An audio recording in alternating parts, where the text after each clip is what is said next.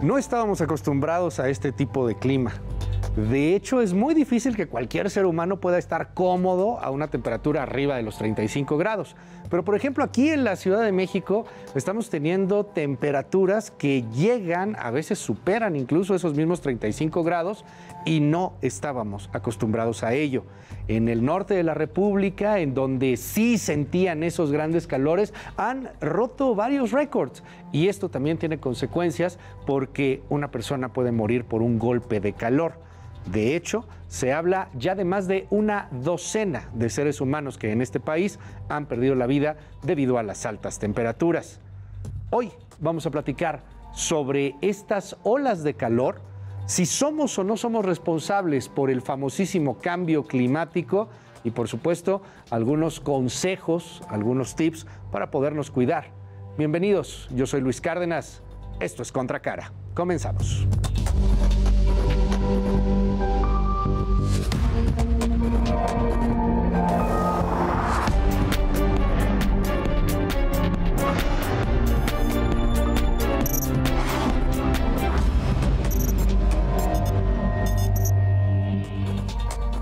Bienvenidos a Contracara, yo soy Luis Cárdenas y no sabe el gusto que me da poder estar con usted en esta noche.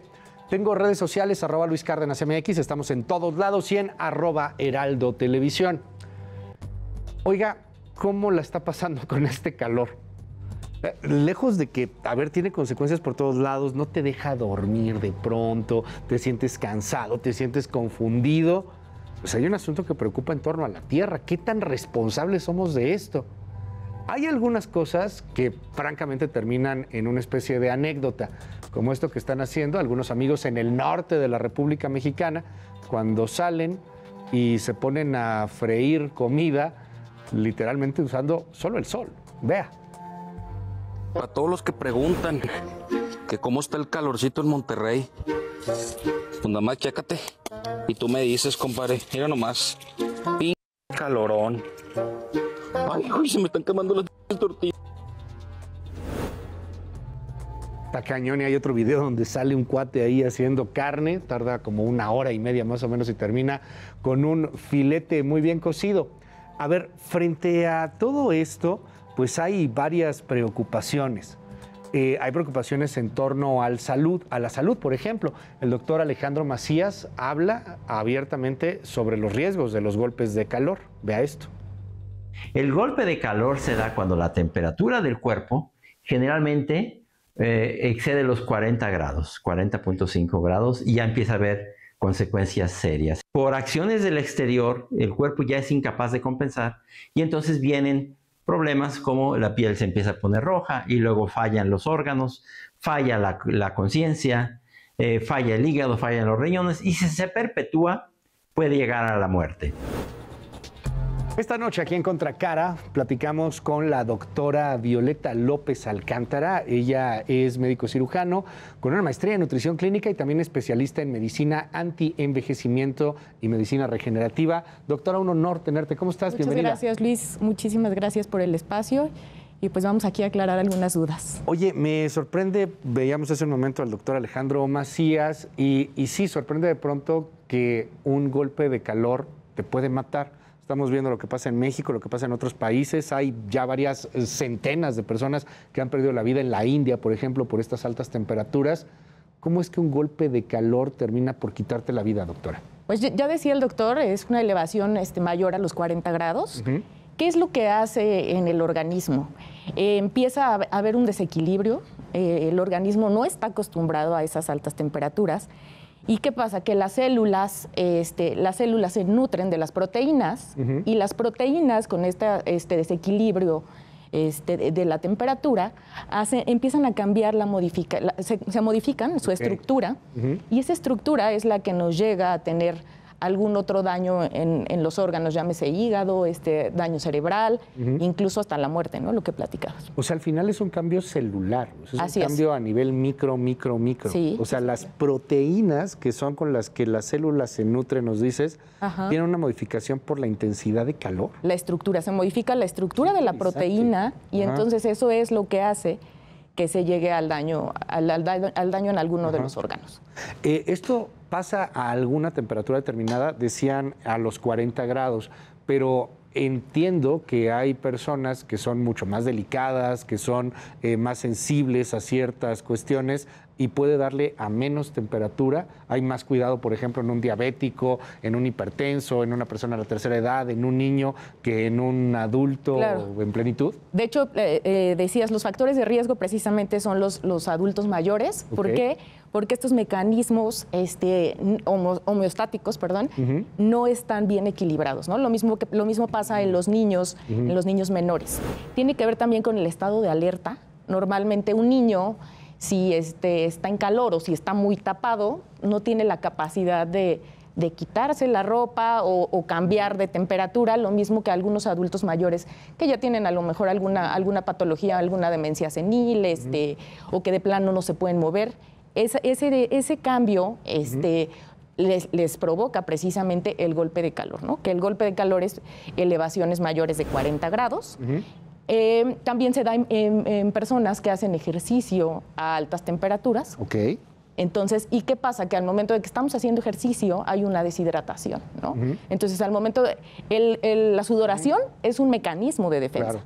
O sea, el organismo empieza a sudar para defendernos, a diferencia de una fiebre, ¿no? Ahí hay que hacer énfasis en esa parte. Fiebre es un mecanismo de defensa del organismo, pero porque hay alguna alteración ahí, ¿no? Entonces, me estoy defendiendo ante algún virus, alguna bacteria que anda por ahí en el organismo y que eso me está provocando la fiebre. Dime algo, ¿cómo sería un golpe de calor pensando como paciente? O sea, ¿estás en la calle o bueno, estás en alguna situación en particular? ¿Qué empiezas a sentir? ¿Cómo te empieza a percibir que viene un trancazo de calor, un golpe de calor? Al principio se dice que es como esta sensación de, sí, obviamente mucho calor, sudoración, y llega un momento en que el cuerpo se seca, ¿no? Entonces la piel está caliente, pero el cuerpo está seco. Entonces, ¿qué puede haber? Confusión. Puede haber diferentes alteraciones, dolor de cabeza, no sé, problemas en las articulaciones, porque hay alteraciones musculares también. Entonces empieza a haber, lo que platicábamos de la proteína, esa proteína empieza a haber alguna dificultad a nivel muscular. Y entonces eso ya no nos permite movernos adecuadamente. No es un solo síntoma, es una cantidad de síntomas la que provoca. Sí, podemos tener muchos síntomas. Podemos empezar, obviamente, ¿qué pasa? Que nosotros no estamos acostumbrados a esas altas temperaturas, al menos en la ciudad, ¿no? Entonces, no estamos acostumbrados tampoco a vivir con aires acondicionados. Entonces, ¿sabes qué me preocupa mucho? Que sí estamos acostumbrados a vivir mal. Sí, estamos acostumbrados a que nos sentimos confundidos. Ay, no pasa nada, ahorita se me pasa. Ay, me duele la mano, no hay bronca. Entonces hay que tener especial atención a este tipo de síntomas. Confundido. Así es, dolor de cabeza. Puede ser mareo también, o sea, todo síntomas ¿esto como que de confusión. de la piel seca, ¿cómo es? O sea, primero empiezas con una sudoración. Sudas. Llega un momento en que entra la deshidratación. Y dejas de sudar. Y entonces la piel está caliente, pero seca, ¿sabes? O sea, se ven rojos. El mecanismo de defensa del organismo es mandar mucha sangre a las extremidades, a la piel, para que con el viento eso nos ayude a sudar. Pero cuando ya no tengo sudor, por eso nos ponemos rojos. ¿Por qué? Porque se manda el exceso de sangre tanto a las extremidades como a la piel, y entonces por eso nos ponemos rojos, a diferencia de cuando hace mucho frío, ¿no? Ahora, cuando empiezas a sentir esto, te vale y continúas. ¿Qué es lo que va a pasar después? ¿Te vas a desmayar? Sí, normalmente hay no es así como ahorita te duele la cabeza y luego te vas a desmayar, no, pero más bien eso es lo que tenemos que estar alertas, ¿no? A esos síntomas, esos primeros síntomas que nos están diciendo que algo está pasando ahí. Entonces, al tener esta aparición de los primeros síntomas, lo recomendable es movernos a un lugar, obviamente, que no esté tan caliente. En caso de que haya aire acondicionado, moverte a un lugar donde esté el aire acondicionado. Incluso meterse a bañar, si se puede, eso sería lo ideal, porque sino esto va avanzando, ¿no? Hasta llegar a lo que platicábamos, la descomposición de las proteínas, a llegar a un daño, ¿no? Entonces, y de un daño múltiple de órganos, pues obviamente llegará a la muerte. Puede pasar muchas cosas, obviamente, antes de llegar a la muerte, pero, o sea, por un golpe de calor, ¿qué te puede pasar? Además de que te puedes morir. O sea, me dices daño a varios órganos, o sea... Normalmente es daño hepático, que son los... el hígado. Así es. De hecho, ahorita se está tocando mucho el tema del alcohol, ¿no? Dicen las personas que beben mucho alcohol son organismos intoxicados y esto hace que esos mecanismos que platicábamos de defensa pues no estén adecuadamente, ¿no? Entonces, pero que sea más fácil. Por ejemplo, tomarte una cerveza con este calor, me decían así en el auditorio, oye, ¿cómo te vas a negar una cerveza con este calor? Sí, a todos se les antoja. A todo mundo se le antoja, pero eso te hace mucho daño. O sea, ahorita tener un exceso de alcohol. Así es. Sí, porque hace esa descomposición. Hace el triple de daño. Así es, porque hace esa descomposición, el tema de la obesidad también, ¿no? Las personas obesas producen más calor. Y entonces produzco más calor y hay más calor, pues obviamente eso aumenta el riesgo, ¿no? Ok. Oye, dime algo. En el asunto muy particular de una muerte, tienen que haber pasado ya muchas cosas para que llegue esa muerte. Puede ser una muerte relativamente súbita para que pues termines en un desenlace tan fatal. Sí, depende del desequilibrio, es que todos los organismos son totalmente diferentes, entonces hay un desequilibrio y obviamente empiezan a fallar los órganos que se les llama órganos diana, que son los órganos principales, entonces empiezan a fallar y esto puede ser una muerte súbita, ¿no? De hecho sí se han encontrado ahorita ya casos de muerte súbita por el golpe de calor. ¿No hubo un momento de poderlo prevenir de alguna manera? Te empezaste a marear, ¡pum! El tema es que hay que actuar muy rápido, ¿no? O sea, cuando ya hay ese daño, tienes que entrar y normalmente estás o en la calle, ¿no? No estás en un hospital, no estás, ¿no? Donde a lo mejor puedes entrar a hidratarlo a nivel intravenoso, todo este tipo de cosas que sería lo ideal. O dejaste al abuelito, a la abuelita, pues a su suerte. Así es. Y no había quien lo pudiera cuidar y darse cuenta de ello. Hay mucha gente vulnerable en ese sentido. Sí, los adultos mayores y los niños son más vulnerables. El baño, es muy interesante, ¿tiene que ser frío? El baño lo ideal es tibio, frío, porque también entonces ahí viene la parte de las enfermedades respiratorias. Entonces el baño debería de ser tibio y tiene que ser un baño rápido, ¿no? Normalmente, no sé, 5 a 10 minutos el baño, no exceder ese tiempo precisamente por estos temas del calor, ¿no? Me ha llamado la atención que preguntan mucho y es cierto. Hablan de pues tratar de estar lo más cómodo posible para que puedas transpirar, utilizar colores claros, etcétera. ¿Y por qué los beduinos que están en el desierto y llevan un buen de cobijas en sí mismo no les pasa nada? Pero el tema aquí es que los organismos están acostumbrados, ¿sabe? O sea, los organismos se van acostumbrando a hacer ese equilibrio a altas temperaturas, cosa que nosotros no lo tenemos, ¿no? Entonces, por eso ahorita nos dicen sí, ropa ligera, colores claros, obviamente por la intensidad del sol.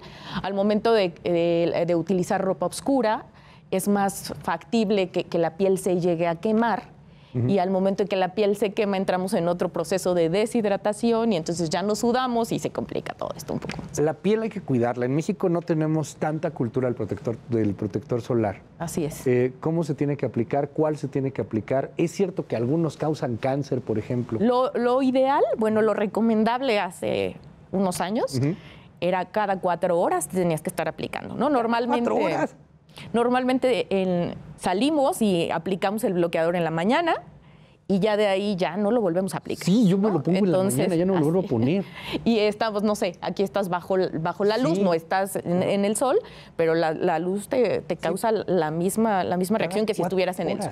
Cada 4 horas y ahorita ya se incrementó a cada 2 horas. Entonces ahorita es el bloqueador cada 2 horas. De hecho ahora las marcas de todo este tipo de bloqueadores ya hicieron maquillaje con protección solar, entonces ya es más fácil que te retoques el maquillaje y que te estés protegiendo la piel. Pero es cada 2 horas. O sea, él no es me puse en la mañana y ya ese me sirve para todo el día, ¿no? Ahí para algunos que son muy tradicionalistas, digámoslo así, esa misma marca que tiene el maquillaje, lo digo porque yo la uso a veces, luego no se nota. O sea, hay uno que nada más es el puro polvo y la neta es muy práctico. Así es. Pero yo no sabía que era así cada 4 horas. Ahorita cada 2. Una vez. Ahorita o sea, es cada 2. ¿De algún factor en particular? O sea, porque veo que unos dicen 50, 40, 30. ¿Qué es eso? Lo ideal es arriba de 50. Ok, arriba ¿no? de 50. Antes podías usar de 30, 50, ahorita ya hay de 100, ¿no? Hay protectores de 100, hay protectores en aerosol, protectores en gel para los hombres que les cuesta un poquito más de trabajo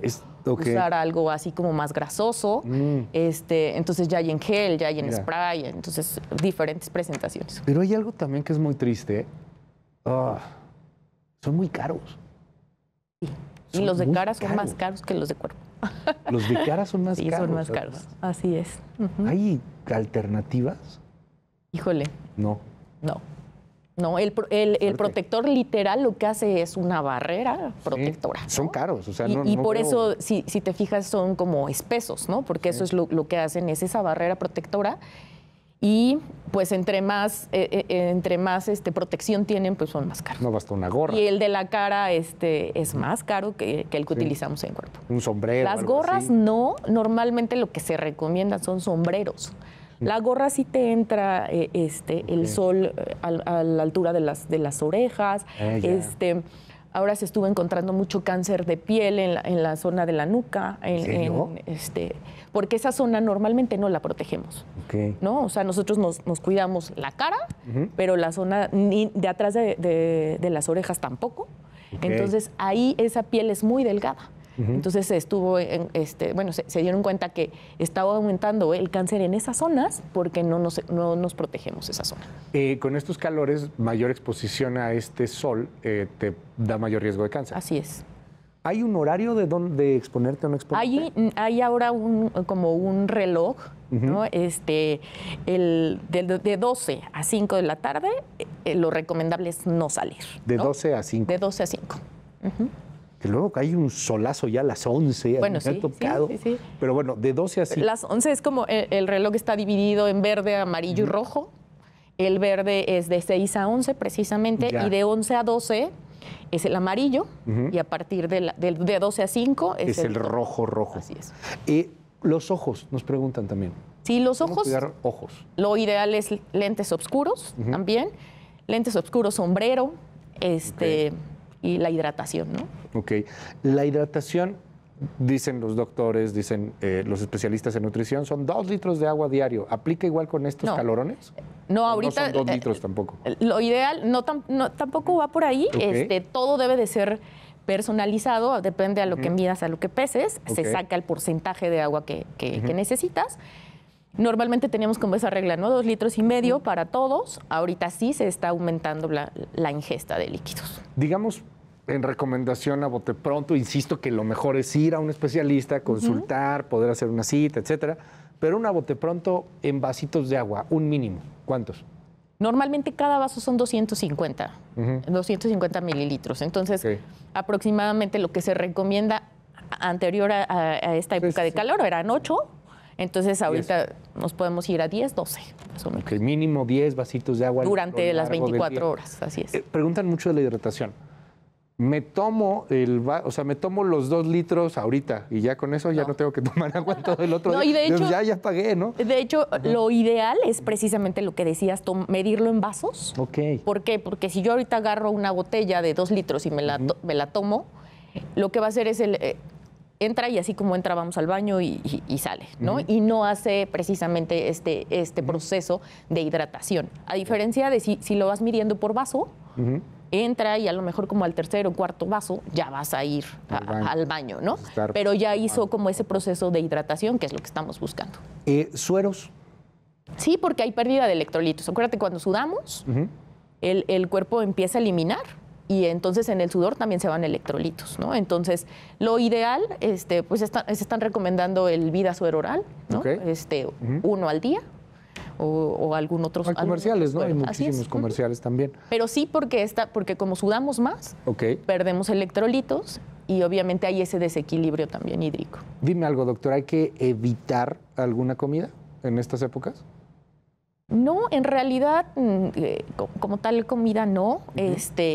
Lo importante aquí es cuidar la parte de la hidratación, el peso, ¿no? El ejercicio ahorita cuidar, no podemos salir a ciertas horas, entonces buscar esa actividad, pero como para disminuir nuestro riesgo, porque no hablábamos, por decir, de hipertensión y todo eso, que los medicamentos que normalmente toman los pacientes hipertensos o diabéticos también nos provocan ese desequilibrio que me va a ayudar a que me cueste más trabajo regular el calor. Entonces, pues lo ideal es prevenir todo ese tipo de cosas. Te pregunto lo de la comida porque hay mucha gente que dice, no se me antoja comer. O sea, en este calor como que no se me antojan muchas cosas. Sí. Y gente que inclusive deja de comer. Pero es precisamente, y por eso te sientes cansado, por eso hablabas del sueño, ¿no? Todas esas funciones que normalmente se harían de una forma correcta, hay ese desequilibrio, pero el desequilibrio por la deshidratación. O sea, el desequilibrio viene derivado de la deshidratación. ¿Para dormir alguna recomendación en particular? Pues algo que puedan tomar para dormir. Que puedan tomar o que puedan hacer, porque mucha gente también dice es que no puedo dormir con el calor y obviamente estás cansado, estás confundido, estás... Sí, claro. Y de hecho, bueno, hay otro tema, el de la hidratación. No se recomienda el agua después de las 7 de la noche, ¿no? Porque interrumpes el ciclo del sueño. Entonces, bueno, ahí hay que ir como intercalando. ¿Después de las 7? Así es, porque obviamente en la noche te vas a levantar al baño y entonces interrumpes el ciclo del sueño. Entonces ahí hay como varias pues pros y contras, ¿no? En cuanto al tema de la hidratación, lo recomendable es hasta las 7, los 2 litros más o menos, 2 litros y medio que platicábamos anteriormente. Para dormir, pues obviamente utilizar ropa lo más ligera posible. Se recomienda un baño antes de dormir. Con agua tibia. Con agua tibia, sí, no fría. Igual cuando tomamos no debe de ser el agua fría, ¿no? Porque el organismo está caliente, entonces ese cambio descontrola todo. Entonces ahí es agua pues, no templada, no fría, y el baño igual, ¿no? Un baño antes de dormir. ¿Y las bebidas calientes, café, té, etcétera? Mucha gente dice que las bebidas calientes te quitan la sed. Yo regresaría al caso de Medio Oriente con los beduinos, o sea, ya con el calor abrasador te echas un tecito, ¿no? Ellos toman mucha bebida. Pero el organismo de ellos está acostumbrado. Sí, claro, ¿no? Es lo mismo que pasa con los chinos y la ingesta del arroz. Sí, claro. ¿no? Nosotros no podemos comer arroz como ellos porque estaríamos así, ¿no? Entonces, lo mismo pasa, ¿no? Los organismos se van acostumbrando. De hecho, aún aquí en México, en otros estados, claro, están acostumbrados a vivir así, ¿no? Y ahorita a ellos les da risa el clima que tenemos en la ciudad, ¿no? Sí, no, se burlan en el norte y en el sur de la República, dicen, estos chilangos no aguantan nada. Pero me decías del café, o sea, ¿el café es recomendable o no? Pues sí. Café, té, o sea... En realidad no modifica nada. Pasa absolutamente mucha gente hace énfasis en esa parte, ¿no? Que las cosas o las bebidas calientes quitan la sed, ¿no? La abuelita decía que si tomabas helados ahorita que hace calor, que igual te podía dar hasta fiebre, gripa, las paletas lo que de hielo, lo que es así helado. Lo que platicamos del agua fría, ¿no? Es ese cambio. Mi cuerpo está caliente, entonces yo meto algo frío y es ese desequilibrio, ¿no? Que no estamos acostumbrados. Oye, dime algo, ¿hasta qué temperatura más o menos puede estar el ser humano? O sea, sabemos que somos extremosos, que hay cosas radicales, pero tenía por ahí este dato, en torno a los 35 grados, o sea, tenemos una especie de límite de comodidad para estar con confort los humanos, medible. No, en realidad no. En realidad, bueno, ahorita es, te digo, la patología como tal es arriba de los 40 grados. Pero así como que haya un tope, como a partir de esto ya no. Ya. No. Oye, doctora, quiero agradecerte muchísimo que hayas estado hoy aquí con nosotros. ¿Y cómo te buscamos? ¿Cómo te podemos encontrar en las redes? Estoy en nutritiva-mente. Y en Instagram como doctora Viole López. Así me pueden encontrar. Muchísimas gracias, gracias doctora. A ti, Luis. De verdad, mil gracias por estar aquí con nosotros en Contracara. Oiga, de hecho, el presidente López Obrador también pues, tiene sus propias recomendaciones. Dice que hay que levantarse un poco más temprano. Yo creo que a lo mejor si cambiáramos el horario, ¿verdad? Podría ser, aunque ya lo habíamos cambiado y luego lo volvimos a cambiar.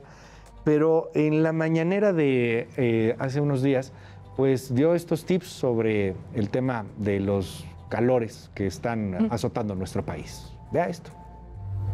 Lo que hay que hacer es lo que planteaba, y lo estamos haciendo, el doctor Alcocer: prevenir, tomar mucha agua y no exponernos mucho al sol. Y van a decir, sí, y no voy a salir a trabajar. Sí, sí se puede. Hay que levantarse más temprano. ¿Cómo se hace en el trópico? ¿Cómo le hace el campesino? Muy temprano, porque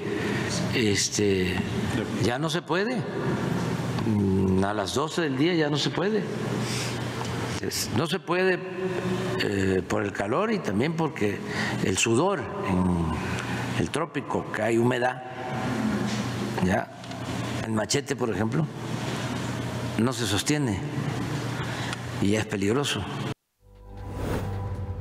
Bueno, pues cuídese mucho del calor, ahí están las recomendaciones. Oiga, pero ¿qué tan responsables somos de este cambio climático? Platicamos sobre el tema después de la pausa. Esto es Contracara. Estamos en Heraldo Televisión.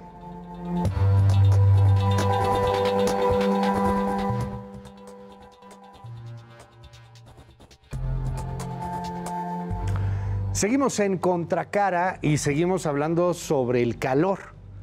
Esto tiene también mucha responsabilidad entre nosotros. Ya desde hace varias décadas nos lo advertían: cuidado, se está calentando la tierra, cuidado, viene el cambio climático. Y la verdad es que como humanidad nos valió cacahuate. Bueno, pues hoy estamos enfrentando algunas consecuencias.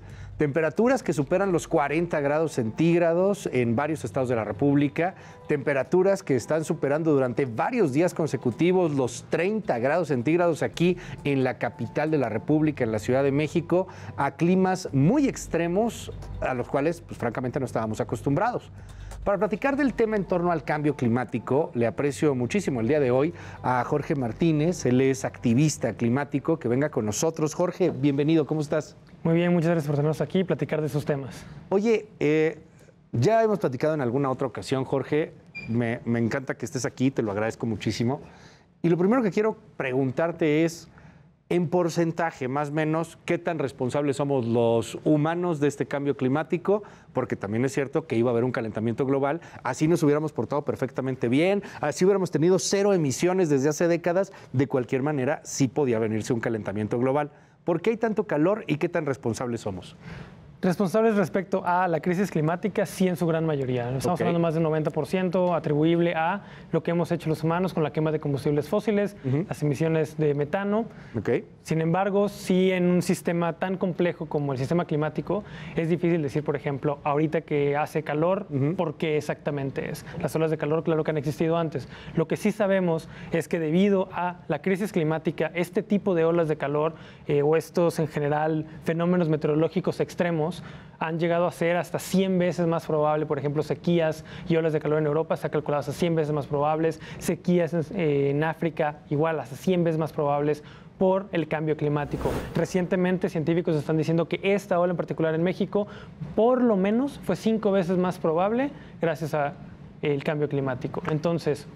Está muy interesante la forma como lo miden, porque no es tanto de, somos 90% responsables, somos 30% responsables.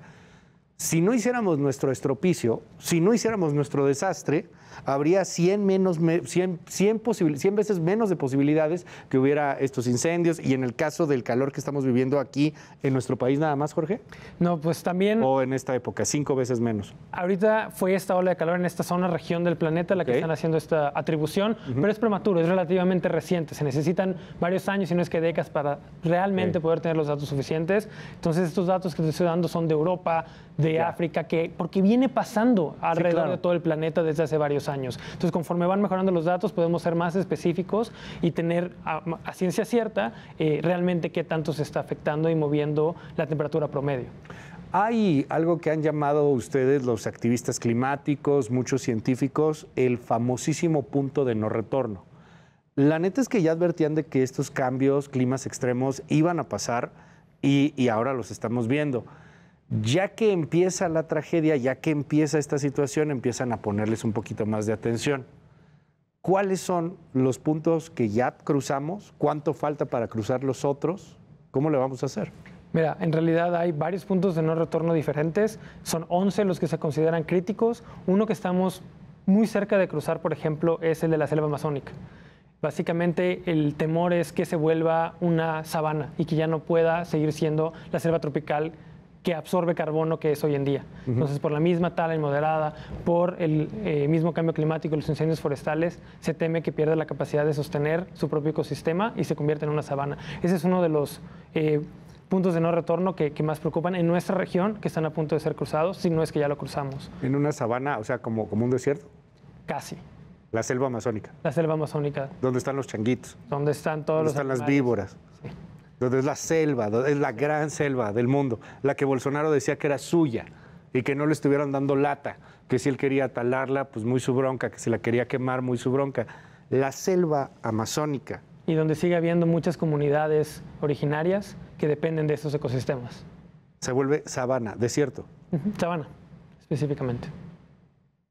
Esto ya pasó en algunas partes de África, entiendo, ¿no? O sea, lugares que eran como la selva amazónica, que ahora son sabanas. Sí, la deforestación alrededor del mundo ha cambiado muchísimos ecosistemas y es esta destrucción de hábitats la principal causa de la pérdida de biodiversidad en el planeta hoy en día. Ok. Oye, dime algo, lo platicábamos hace algunos días. A mí me sigue llamando mucho la atención algo de lo que se habla muy poco y es el tema de la alimentación que tenemos los humanos. Nunca en la vida, en la humanidad, jamás habíamos comido tanta carne.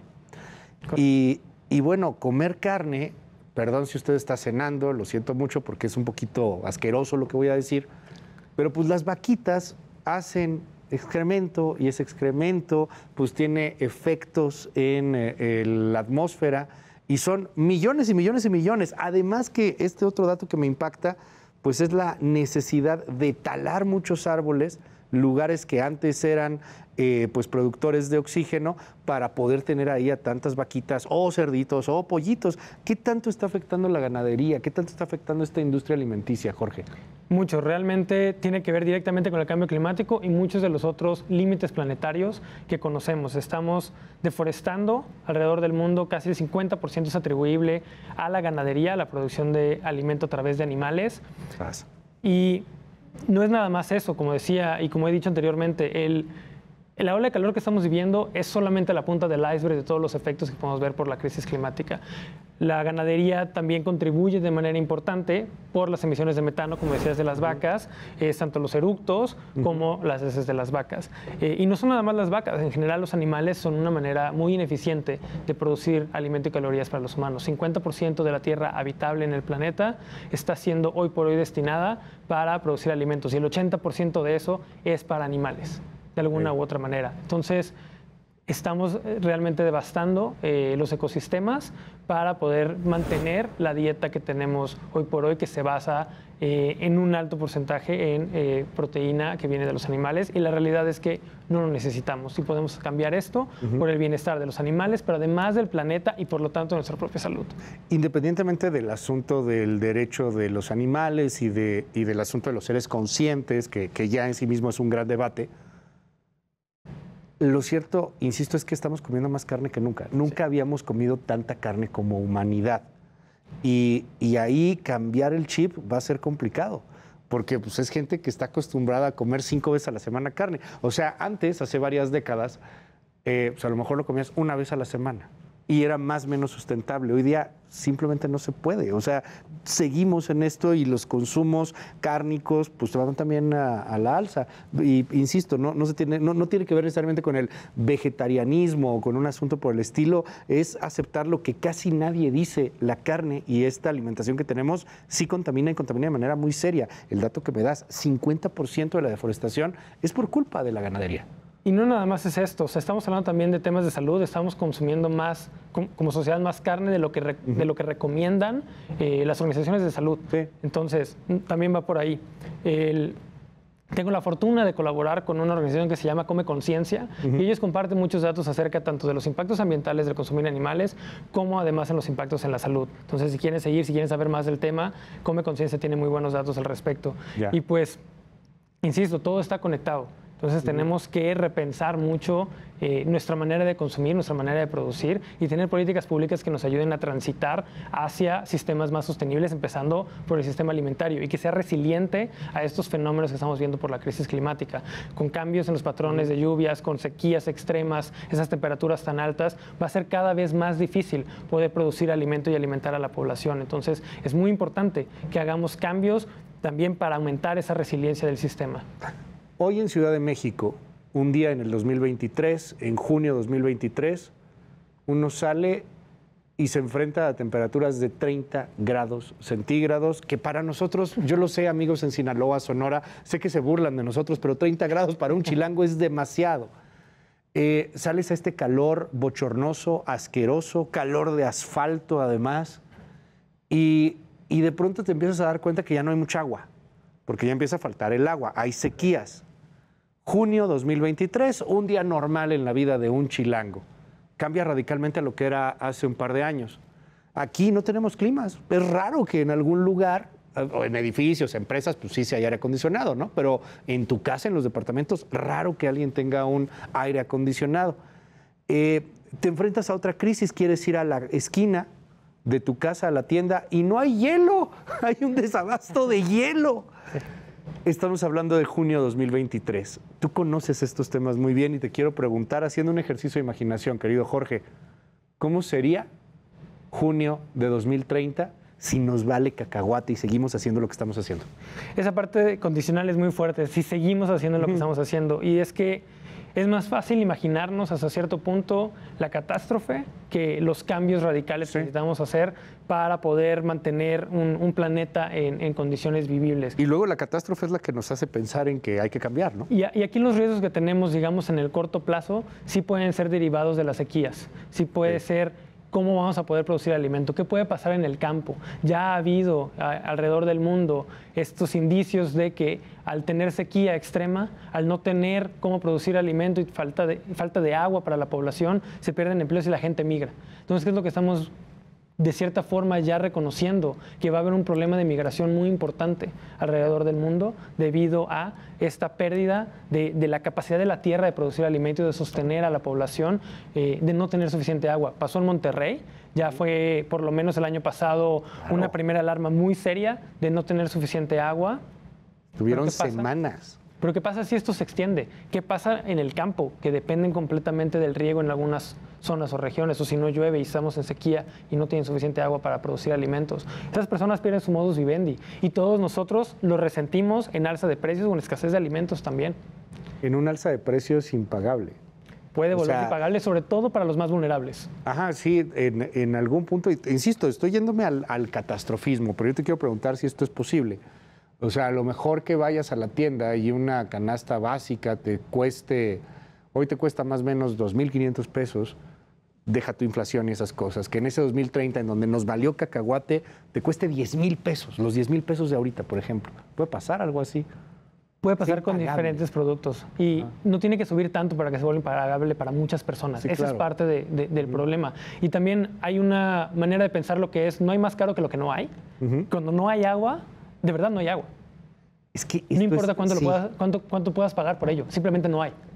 Me haces jaque ahí, pero es que uno puede decir, ok, bueno, ya va a estar carísimo, pero si de alguna u otra manera lo puedes pagar, qué lástima por muchas cosas, sí hay una desigualdad, hay lo que tú quieras, pero si de alguna u otra forma se puede pagar, al menos está ahí.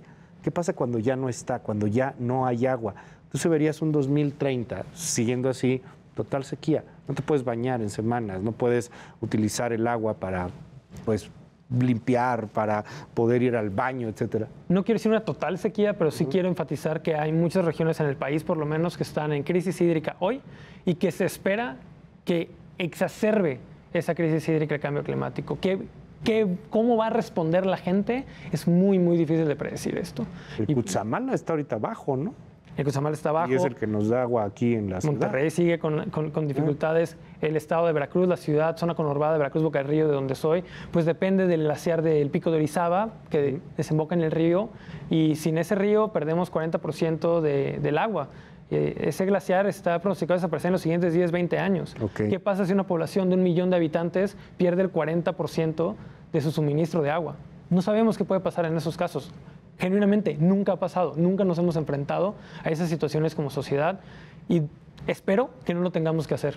Ahora, estamos a tiempo de poder frenarlo. ¿Cuáles son esas acciones colectivas a las que te refieres? ¿Qué es lo que hay que empezar a hacer como sociedad y en lo individual? No, y qué bueno que me lo preguntas, porque justo ahora estamos escuchando muchas medidas reactivas en vez de medidas preventivas para poder evitar muchas de estas problemáticas. Entonces necesitamos políticas públicas y compromisos reales, tanto de empresas como de gobiernos, para reducir sus emisiones y para aumentar la resiliencia tanto de las comunidades, de las ciudades, de nuestras cadenas de suministro y de nuestros sistemas en general. Algo que estamos viendo, que lo venía escuchando en el elevador, tenemos un problema porque hace más calor, la gente quiere usar el aire acondicionado, y la red eléctrica no es capaz de soportar la demanda que estamos teniendo hoy en día. Están habiendo apagones que son a nivel local en la red de distribución. Entonces, pues cuando más calor hace, menos puedo usar entonces el aire acondicionado porque tengo un apagón y no tengo electricidad. ¿Esa sería medida reactiva de las que te refieres? O sea, lo que estamos viendo hoy, la CFE anunciando apagones programados, por ejemplo. Sí, esas son medidas reactivas. Medidas preventivas es fortalecer nuestra red de distribución. Sí, claro. Es tener mayor generación de energía renovable, sobre todo con celdas fotovoltaicas de energía distribuida, que además tiene la ventaja de que cuando más generan es cuando más sol y más calor hace. Entonces tenemos esa fortuna, ese beneficio de cierta forma que se empalman. Hay un TikTok, tiempo límite, TikTok, TikTok, TikTok, porque el tiempo sigue corriendo. O sea, a ver, esto lo advertían desde los hippies en los 60s. ¿Y qué decíamos? Están marihuanos, no les hagas caso. A ver, es la verdad. No, hombre, estos que van a saber, cambio climático. En el 95, 96, por ahí, corrígeme, pero empezó a tomarse el tema con mayor seriedad y de la misma manera marginaban los asuntos. TikTok, TikTok, tiempo está corriendo. ¿Cuánto tenemos para no llegar al apocalipsis? Desde los 60, 70 se tiene información científica muy contundente. Desde los 90 estamos trabajando en negociaciones a nivel internacional y con reportes del panel intergubernamental de cambio climático desde los 90.